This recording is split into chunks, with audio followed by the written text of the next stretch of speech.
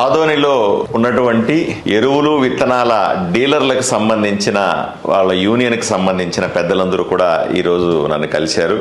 పిచ్చాపాటిగా రైతులు వర్షాలు మొదలైనాయి, రైతులకి ఏమైనా ఇబ్బందులు వస్తున్నాయా, విత్తనాలు ఎలా పోతున్నాయి, ఏం ఉండబోతుంది రాబోయే సీజన్లో అని మేము వీళ్ళతో చర్చించాం.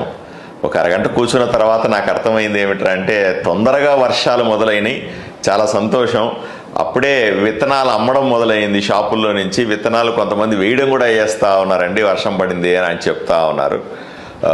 తొందరగా వర్షాలు రావడం ఈసారి పత్తి పంటకు అనుకూలించే అంశంగా డీలర్లందరూ కూడా భావిస్తూ ఉన్నారు.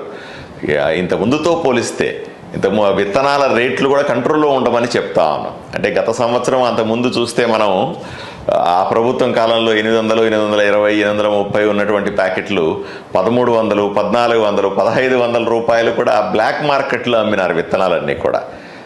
సరఫరా సరిగా లేవనే కారణం చేత రకరకాల కారణాలు. ఇప్పుడు ఆ పరిస్థితి ఉండకూడదని కోరుకుంటా ఉన్నాం. ఈరోజు వీళ్ళందరూ కూడా కలిసికట్టుగా రైతులకి ఎంఆర్పి లోపల 820 అంటే 820 లోపలే అమ్మాలా అనే నిర్ణయానికి వచ్చాం. ఎక్కడా కూడా బ్లాక్ మార్కెట్ చేసే పరిస్థితులు లేవు అని చెప్తా ఉన్నారు. తప్పనిసరిగా ఎవరన్నా బ్లాక్ మార్కెట్ చేస్తే కఠినమైన శిక్షలు ఉంటాయని కూడా చెప్తా ఉన్నాం. రైతులకు కూడా అటువంటి ఏదైనా ఇబ్బందులు వస్తే వెంటనే మా దృష్టికి తీసుకొని రావాలి.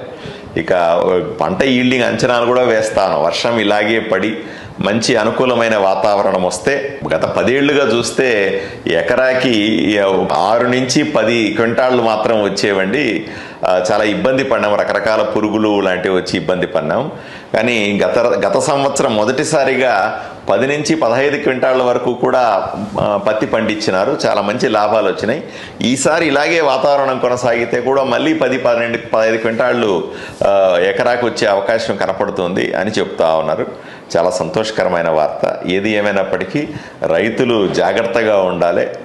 ఈ విత్తనాలు కొనేటప్పుడు కానీ లేదా విత్తనాలు వేసేటప్పుడు కానీ తప్పనిసరిగా నిపుణుల సలహాలు సూచనలు తీసుకొని మీరు ఈ పంటలు వేయండి. రైతులకు తోడు నీడగా మేము ఉంటాం. రెండవది, ఎరువులకు సంబంధించిన సమస్య ఎలా వస్తుందని కూడా అడుగుతా ఉన్నాం. యూరియా తక్కువ వచ్చే అవకాశం ఉంది అంటున్నారు. యూరియాని ఏ విధంగా మనం ప్రొక్యూర్ చేసుకోవాలా, ఎట్లా తెప్పించి పెట్టుకోవాలా నేను ఒకసారి కలెక్టర్ గారితో కూడా మాట్లాడతాను. వీలైనంత యూరియాని అందరికీ అందుబాటులో ఉండేలాగా చేస్తాం.